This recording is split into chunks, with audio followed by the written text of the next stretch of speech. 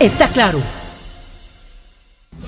Buenos días amigos oyentes, qué gusto saludarles. Hoy día estamos 30 de septiembre del 2014, hoy es día martes y por supuesto estamos con mucho gusto para llevarles a cabo informaciones, comentarios de las noticias a nivel nacional y del mundo. Aquí junto a María Clara, quien les habla, José Toledo, le damos la cordial bienvenida en su programa Está Claro por I99. María Clara, ¿cómo estás? Buen día. Muy buenos días José, muy buenos días a todos nuestros amigos que nos escuchan a través de la señal de I99 en este espacio Está Claro. Como siempre, hay que amanecer con una sonrisa, hay que amanecer siempre positivo para que las cosas vayan bien, pese a cualquier cosa. Una gripe no es nada. Sí, sabes que hasta hace por lo menos 2 años y medio que no me daba una gripe tan fuerte como la que estamos padeciendo, pero aquí estamos. ¿Y a qué se debe ese resfriado? ¿Quizás alguna trasnochada? No, bueno, fuera. La verdad es que estoy entrenando muy temprano y la verdad es que las mañanas están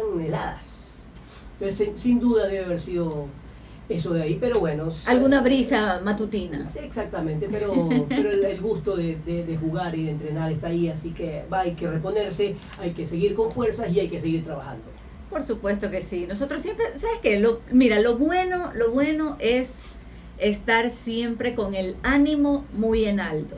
Eso hasta te ayuda con las enfermedades, te ayuda a combatir, aumenta tu sistema, tus defensas, tu sistema inmunológico se pone al 100% cuando estás también con pensamientos positivos, cuando estás con siempre pensando en que las cosas te van a ir bien, siempre alegre, siempre contento. La sonrisa ayuda mucho. Optimismo, parece ¿no? mentira. Optimismo. La verdad es que sí, uno piensa muchas veces que por una enfermedad, cualquiera que sea, uno se derrumba y dice, bueno, no tengo ganas de hacer nada hoy. Y obviamente si no tiene ganas de hacer nada y no pone de su parte, pues no va a hacer absolutamente nada.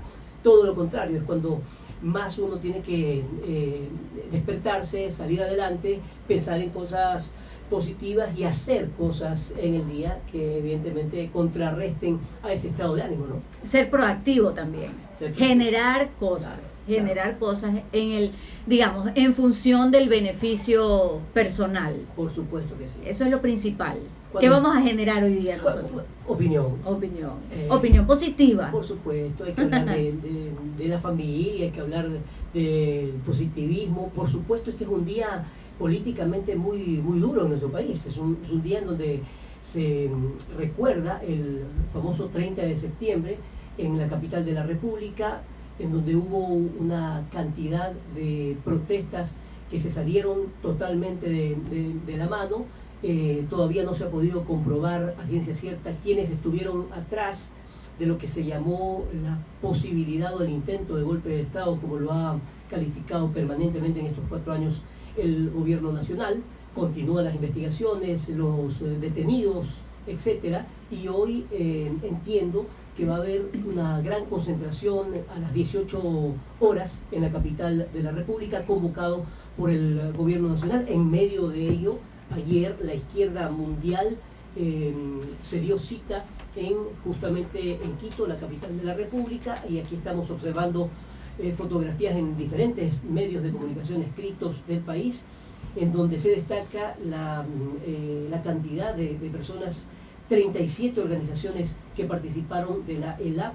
El 2014 se ha mencionado como un año en donde la cita de la Casa de la Cultura de la capital se habló de una izquierda unida y comprometida en contra de lo que llama el gobierno la derecha, que se vuelve a rearmar supuestamente para derrotar al gobierno en las próximas elecciones. Hay muchísimos entredichos y creo que es el momento también en nuestro país de sentar cabeza, de pensar, como hemos dicho, en función de país y de evitar la violencia, porque eso obviamente a nadie le va a favorecer. Años atrás esto ya había sido como una costumbre, básicamente, que el pueblo ecuatoriano tenía ya de sacar mandatarios de esa manera, de una manera violenta. Así es. De una manera violenta. Ya bien, bueno, fueron algunos.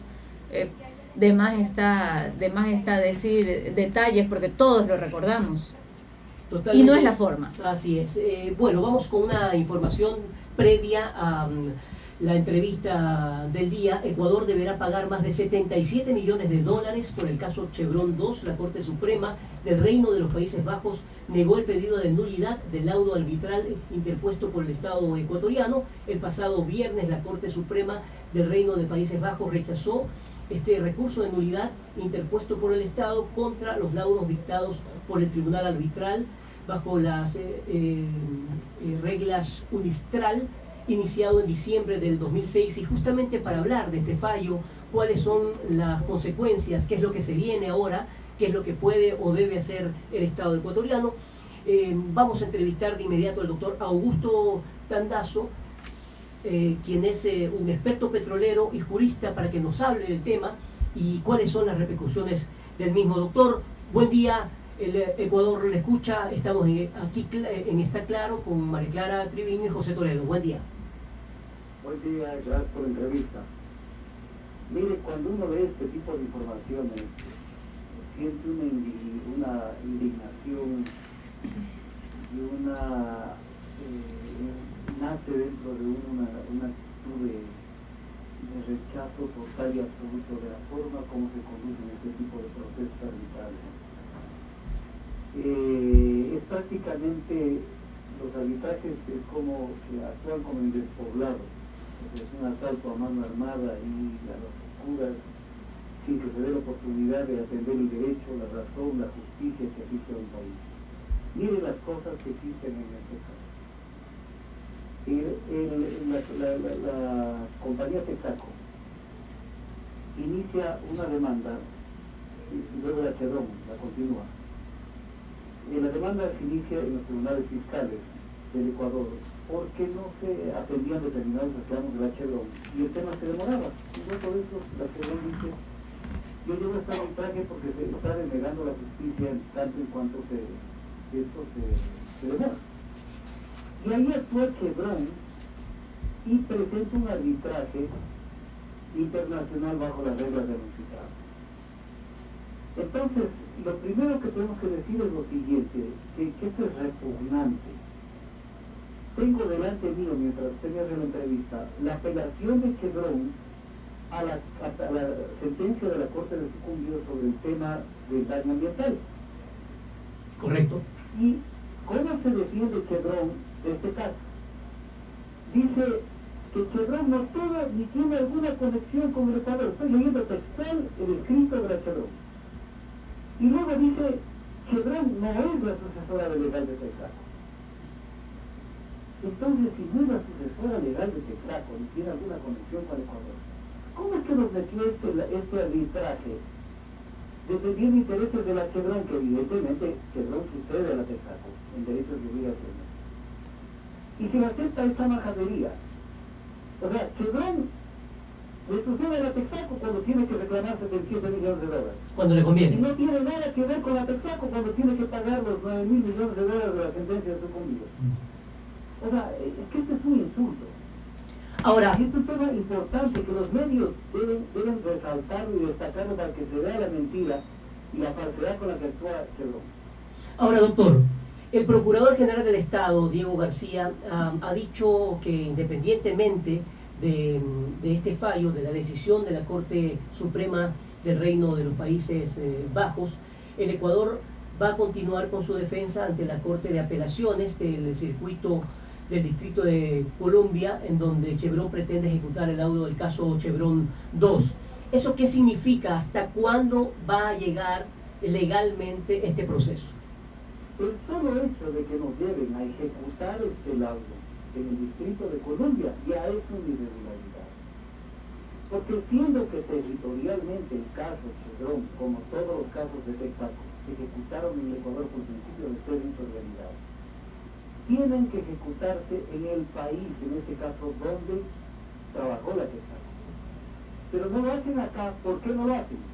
Lo hacen de pícaro.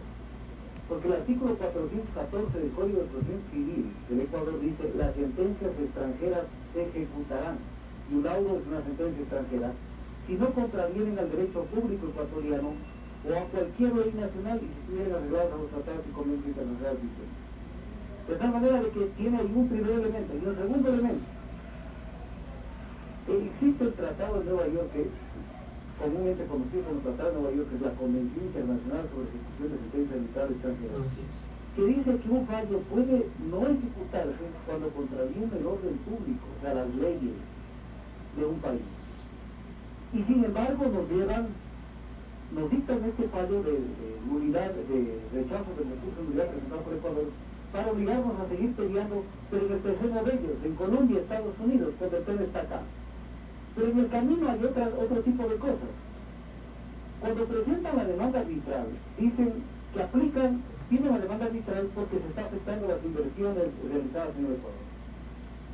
Y para ello aplican el Tratado de Promoción y Protección Recíproca de Inversiones entre Estados Unidos y el Ecuador, cuya vigencia comienza el 11 de mayo de 1997. Esto es un tema originado en el año 91.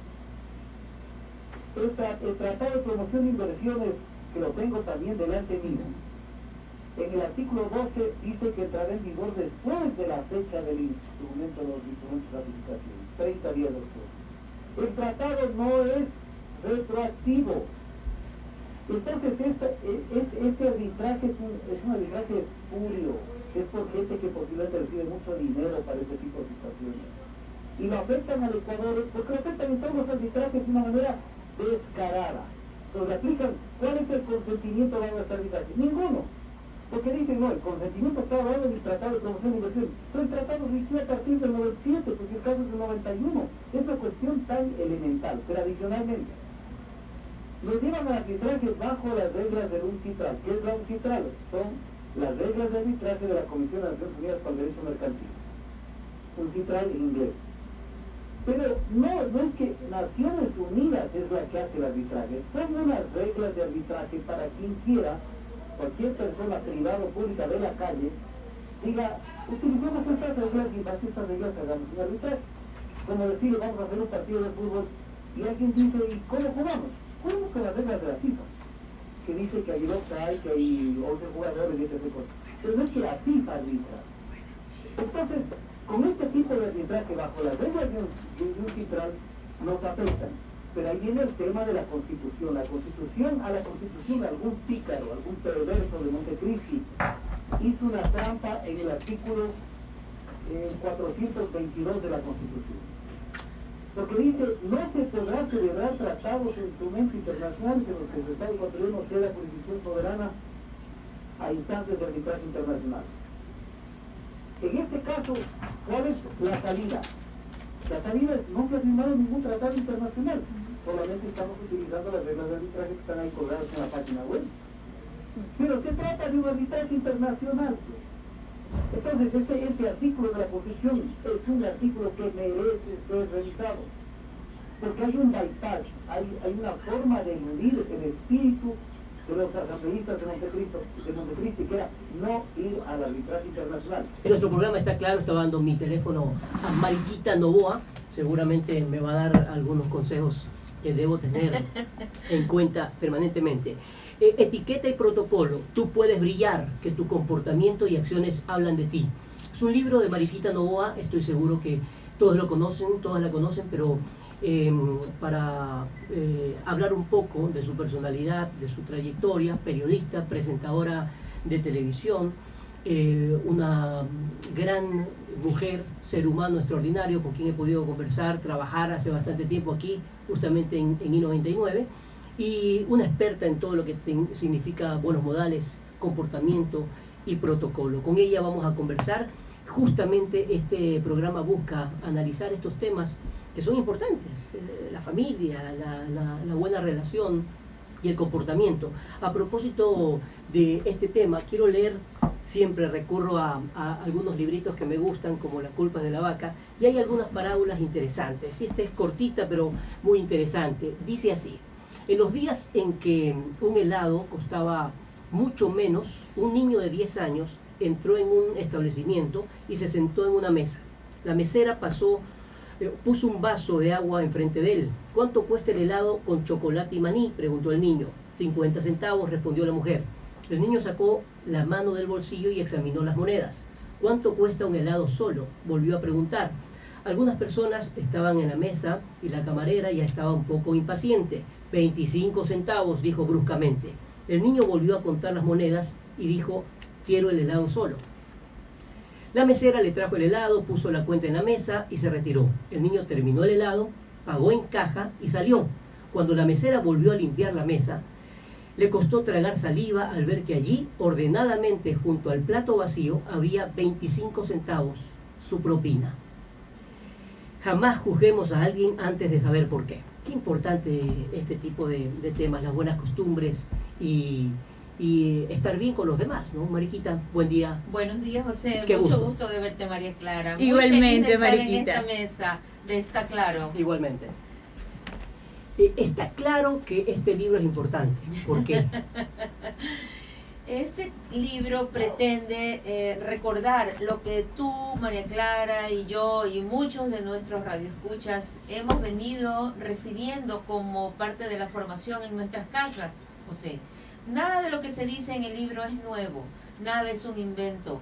Todo es lo que nuestras mamás, nuestros abuelos, nuestras tías, nuestros maestros nos han dicho. No hay nada que no se pueda comprobar que es parte de lo que nosotros hemos recibido como fundamento de nuestra formación. ¿Por qué eso se ha perdido? En muchas ocasiones uno dice, bueno, ahora los niños entran a la casa, saludan, hola, hola, y punto, y se encierran en su cuarto y se acabó. Antes era lógico que se tenía que saludar con un beso en la mejilla a su papá, a sus hermanos, saludar con la mano o con un beso a los desconocidos que están de visita, etcétera. Esas cosas como que pasan de moda. Tú lo has dicho, bueno, no pasan de moda porque los buenos modales, José, María Clara, nunca pasan de moda, nunca No han deberían. pasado de moda. Porque el hecho de tener una buena formación no es cuestión de moda. Eres tú el que está proyectándote como tiene que ser. Pero ya que tú has puesto sobre el tapete de esta mesa de Está Claro el tema, solamente recordemos, así mismo con las mismas palabras que tú has expresado. Recuerda cuando tú entrabas a la sala de tu casa y tu papá y tu mamá y algunas otras personas mayores estaban en la sala de tu casa. ¿Qué te decían tu papá y tu mamá? Salude, mijito. Exacto. José, él es el señor fulanito de Así tal. es. ¿Y tú qué hacías? Extendías la mano, Así es. cordial y respetuosamente decías, buenos días, señor fulanito. Y con buena cara. Y con buena cara. Y luego tu papá o tu mamá te decían, puedes ir a tu dormitorio o puedes ir a tus tareas o a lo que sea. Y llegábamos del colegio y ¿qué hacíamos? Saludábamos. Pero lo que pasa es que nuestro papá y nuestra mamá o nuestra abuelita o nuestra tía, o sea, quien fuere de las personas adultas que estaban en su momento a nuestro cargo, simplemente nos conducían. No sé en qué momento dejaron de conducirnos. Mariquita, hay una motivación especial para escribir. ¿Cuál es esa motivación? ¿Qué es lo que la hace llevar a cabo este proyecto, materializarlo y tenerlo hoy en día ya aquí entre las manos? Gracias, María Clara, por tu pregunta. Este libro es el resultado de un trabajo continuo, de semana a semana. La primera parte del libro contienen las columnas que salen en la revista de Diario El Universo. De acuerdo. La revista, como ustedes conocen, Los fines de semana. exactamente, es la publicación dominical Ujú. de Diario El Universo. Muy prestigiosa, por cierto. Por cierto, ciertamente, muchas gracias, María Clara. Es la revista de mayor circulación en el país, es el nivel de mayor lectoría en el país, la revista. Y no es otra cosa que el compendio de esos Ujú. artículos. La siguiente parte, la segunda parte del libro, tiene relación con lo que también nosotros aprendimos en nuestras aulas escolares. ¿Qué son los símbolos patrios? ¿Cuáles son esos símbolos patrios? ¿Y cuándo deberíamos nosotros tenerlos, ubicarlos, Ujú. en qué circunstancia y cuándo no? Ejemplo, no es lo mismo la bandera que el pabellón, no es lo mismo el pabellón que el estandarte. Así es. Entonces, pero eso, como digo, no es nada nuevo. Eso fue lo que nosotros recibimos en las aulas de clase, Claro, en era la algo natural. primaria. Claro. En la primaria, cuando teníamos las clases de educación cívica. Muchísimo Muchas gracias, éxito con la María Clara. publicación Muchas gracias. y con el libro, Libro maravilloso. recomendado, lo vamos a leer y por supuesto vamos a comentar permanentemente. de Muchas esto. gracias, José. Que sea un manual. Gracias, José. Muy amable, señores, que pasen buen día. Está claro,